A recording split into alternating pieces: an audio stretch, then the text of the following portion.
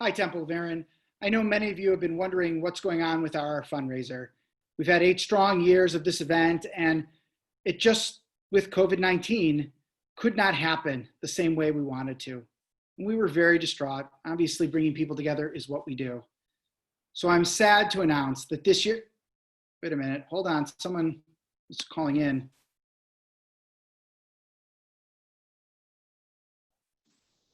Oh, wait, hello, Rainn Wilson, is that you? Rabbi Fine, how are you? Nice to see you. I'm doing well. What are you doing here? Before we get going with our virtual event later on in August, I'm such a huge fan. I mean, come on, Kevin Pollak, Aaron Sorkin, Mel Brooks. I wanted to interview you. Okay, can I have some time to interview you? Absolutely, I would love to. I love to interview people. I love to talk about life's big questions. That's why I founded the company Soul Pancake and the various podcasts that I do. This is, I tell you, I'm so thrilled at this opportunity. Well, yeah, absolutely. Thank you. I'm glad to be here with you. And yeah, what do you got? Fire away. What's it like being a Jew? It's basically the same as being anything else. I wake up in the morning, usually brush my teeth, breakfast, shower if I can fit it in, and then I go to work. We've got some issues. There's like this thing called anti-Semitism that floats around in the world, and we're working on it. It's been a few decades that we're working on it, but I think we're working to get this fixed. And maybe a few centuries, Rabbi. Yeah, maybe now that I think about it, it's been longer than a few decades. Yeah. And I feel like, okay, good. So let's just dive right into it. Anti-Semitism, I feel, is like getting short shrift in all of the social justice work that's been going on, with Me Too and then Black Lives Matter, super important kind of social changes. But this Nick Cannon thing recently brought up a lot of kind of deeply ingrained anti-Semitic beliefs that can exist from, whether it's from Louis Farrakhan or from the alt-right. What do we do? How do we address this? How do we make anti-Semitism rise to the forefront? And I mean, dealing with this corrosive anti-Semitism, how do we make that rise to the front? How do we deal with it? It's absolutely education and getting together. I think breaking bread would be the biggest way. When you meet someone for the first time. Is that's a TV show? Are you going to get them next year? You're going to get breaking bread? Yeah, we're in negotiations. It's been tough. We are. I think that's big. I think you understand someone more when you sit across the table for them and understand we're each human beings. All of these issues are incredibly important. Anti-Semitism is one of those. I think Jews have, for a long time, any opportunity they've given, they sort of put their heads down and try to do the best job they can. And in America, because of America, we've been able to be successful doing that. And so sometimes we looked at as like we don't need sort of taken care of, or that issue will go away by itself. And clearly it hasn't. I hope that we do in Judaism what we call tshuva, which is repentance. And I'm hoping Nick Cannon and others who made sort of the statements can do that. Obviously, there's a very powerful voice in Farrakhan. He will not be next year's guest at our fundraiser. No. But he can buy a ticket. But it would be a really funny sitcom starring Louis Farrakhan. Like, here's Farrakhan, or Fair Game Farrakhan. So I don't know. We need a funny, catchy title for it. Who would be his co-star? Mayim Bialik? There you go. They're unlikely roommates. Yeah. Perfect. Little known fact, my grandmother was Jewish, Marie Nunberg. Did not know that. For reals. For reals. So listen, you're going to be interviewing me and BJ Novak. And I guess before we get going with that, what gives with the incredible, the cultural heritage and legacy of the Jewish people and culture and belief is too vast to even go into. But obviously, the greatest contribution of the race, the faith, is humor, is comedy. What gives with that? Was it all the suffering for centuries that has built up this incredible Jewish reflex for creating the most brilliant comedians and comedy of the last 100 years? Yeah, I absolutely think so. I've heard Jerry Seinfeld, Adam Sandler, Howard Stern sort of talk about these things, that if you come from a place where everything is fine, it's hard to find the problems, right? Or you're creating problems that other people don't relate to. So when you were pushed down as a kid, or maybe put to the side because you were into, whatever you were into, or you missed, school every year because of 3 days randomly in September, those things sort of like became funny jokes, and you could relate to them. And they've produced the Carl Reiner's, we'll say Alav Shalom, which means may his memory be a blessing, and the Mel Brookses of the world, and the Kevin Pollacks, as you mentioned, and the Paul Liebersteins, right? Sure. Yeah. So, and the Greg Daniels. Yeah. So, and of course, nothing to take away from Jerry Seinfeld, Adam Sandler, and all these people who sort of put this humor into the world. It's relatable, and it's relatable to the everyday person. And I think that's where mostly Jews find themselves. The most Jews find themselves as just hardworking people who want an education and a family life. And I would say in some ways to be left alone. To be left alone, I don't know. I would heartily disagree with that. So many of my Jewish friends over the years and people working in the arts have a profound need to also make the world a better place, and to give from their work towards philanthropy and culture, to truly uplift others and help make kind of America, I hate to say it, not great again, but an even greater place, and an even more just place.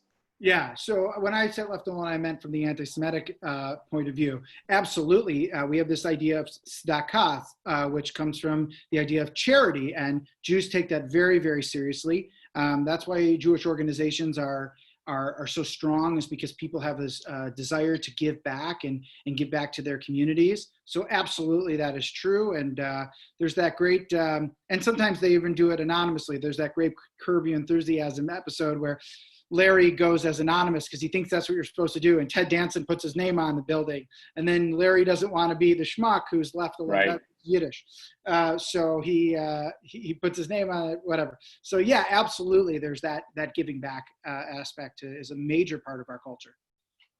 So, from the wisdom of the Torah, what lesson could contemporary America in 2020, that's going through so much turmoil, division, upset, disunity, what could contemporary America learn most from? I think our rituals are incredibly powerful. A couple of years ago, I did a funeral for a very prominent person in the St. Paul community, not just Jewish community, but very powerful in terms of helping other minorities. And the Hmong community was very, very present at the funeral. And a man came up to me and goes, "I've never seen anyone take care of a life and a life after death like you have." Not to be morbid, but like not me, but the Jewish religion. And so weddings, if we look at most weddings, right, people still stand under what we call a chuppah, but they stand under like a canopy. They break glass, right? Some of these rituals have really brought themselves forward into regular American culture, where most people don't know why they're breaking a glass. It's really for the pain of Jerusalem in so many years that we've had. And the thing with the chair. Right. Or as in The Office, the Hebrews have a tradition, right?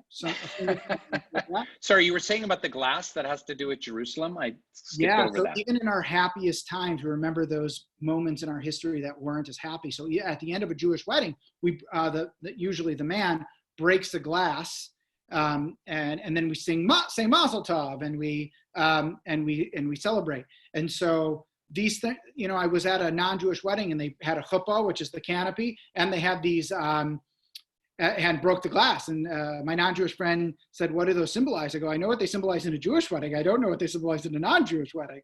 So, So how would these rituals help us in contemporary America? yeah, so I think the respect for life and death is absolutely forward in how we deal with someone who's passed away, and how we celebrate life and also mourn. And the mourning process is a year-long process that has many checkpoints. And then, like for example, coming of age, teaching our 13-year-olds, you are now responsible for the world with our bar and bat mitzvah.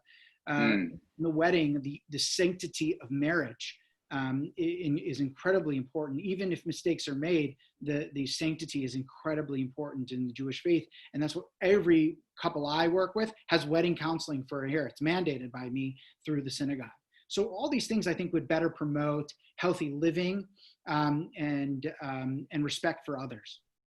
So we've been talking a lot about, and marriage has been brought up. So as you know, I have this company, Soul Pancake, and we have a best-selling book that I'm not here to promote, but and a YouTube channel and whatnot. But when we started, it was all about chew on life's big questions. And I was just thumbing through this book to ask you a few of life's biggest questions, Right. which I am a big fan of. And here is one. Speaking of marriages, why do so many marriages fail? And this is kind of a workbook of life's big questions. It's fun for the family, for friends. You can have it at Hebrew school. Why do you think so many marriages are challenged these days? And do you think that rituals, like in the Jewish faith, that bind a couple to their community can help create stronger, more long-lasting marriages? Yeah. I think first is the individualism in America, the I first, and that goes into marriages. That's why I believe counseling is so important. I actually have a 99% so far stayed married ratio, so I'm pretty proud of that. Can my wife and I come see you if we're not part of the Anytime. Congregation? Anytime. You're familiar with the Guthrie, right? Sure. You can go see a show too. Let's do it. I did 3 plays at the Guthrie Theater. Awesome. Yeah. So I have roots in Minnesota, brother. That's right. My family's from Thief River Falls. If you go to Thief River Falls, Minnesota, you don't even know where that is. It's up on the North Dakota border. And you go to Wilson Brothers Auto Parts. Wow. My great uncle. There you go. Yeah. So I would say that part of that a sort of America I first is contradictory to all religion, at least the Jewish religion, in that community is king, and that's the system our rabbis have built. And so I do believe if you take a break in your day, we believe that you rest on the seventh day, and if you take that Sabbath off, you have a well-focused life, a more well-balanced life. You come here with your family, you take the time to take a breath. In fact, I would love you to keep Shabbat, not you, Rainn, but Jews to keep Shabbat the whole 25 hours. But if a family just comes this has been sort of my mantra since I began here, those hours spent here are quality hours. They're educational. They are built around rituals that are important and sort of strive for us to be better and more inclusive. So I think individualism and people are on their own sort of spiritual journeys, and really the journey should be with someone else, man, woman, doesn't matter, so a partner to share that life with. Well, this goes directly to the mask issue going on in America right now. If we're so individual, where it's like, I'm not going to wear a mask because it infringes on my freedom, but really the mask is a most generous ask because it's not allowing you to infect other people. It's helping prevent the droplets and aerosol from coming out of your mouth and nose to potentially hurt others. So we're asking culturally, we're saying, could you please wear a mask? Not so you won't get infected, but so you won't spread it, because 20 to 40% of people that have this virus are super spreaders and show no symptoms. So that's what's one of the really scary things about COVID-19. But this issue goes directly to the problem of the lack of community and collectivism that needs to be established in the American nation. 100%. I think the downfall or the drop in religious practice, and let's remove God even from sort of the theological, because we can have that's a separate conversation, but the lack of coming to community and learning like values and principles, absolutely. And I believe that is 100% the resistance to the mask, is that we cannot see the person in front of us the same way as we see ourselves. 100%. Wonderful. Well, I've got one more life's big question for you. Let's do it. What do you think? You ready? I'm ready. How has your sense of right and wrong evolved over time? I'd love to hear this. What's your personal rabbinical take on that question? So I'm a conservative rabbi, and we believe Jewish law is evolving, right? Well, I did a great, I have my own podcast. I've watched yours and listened to yours, but I have my own. It's not quite as big. I think I've had 1,000 downloads total, which is huge. Not bad. Not bad. So this is what we tackle. We tackle human nature questions. And one of those is, do law and ethics, are they the same? And I studied this with Andrew Luger, who was a district attorney under Obama, the Obama administration. You remember President Obama, I believe, right? Doesn't quite ring a bell. No. It was recent. So Carter? Was it? Carter. I don't know. Yeah. So Andy and I had this great conversation, I believe, for about 45 minutes about do law and ethics have to be the same, and they don't, right? A lot of people think just what your personal ethics are should be the law, and the problem is that's not how law is written. Law is for a communal. Ethics we decide usually on our own, and that again is why religion is so important. So how do we decide right and wrong? I would say coming back to religion and having sort of those ethical values around us, and then it would be a lot easier to get messages out, to talk to other faiths. We go back to anti-Semitism or even the Me Too movement or others. If our religious faith leaders who are in conversation had more ears listening to that leadership, we would probably have a much more calm and collective country. Well said. Well said. Well, I'm looking forward to our evening together with my little sidekick Benjamin BJ Novak. Can't wait for the event and to meet the congregation. All right, so I'm going to plug this. August 16th, if you want VIP tickets, talk to Ken Agronoff. The tickets will be on Eventbrite, I think now, and you can watch. There's a password that goes out. This isn't just open to the world. This is a private setting, a very intimate conversation between BJ, myself, and Rainn. And we're going to explore life's big questions and probably The Office. And their books, they're both award-winning authors. So you can go on Eventbrite and check those out. And we hope to see you guys soon. Wait a minute. Wait.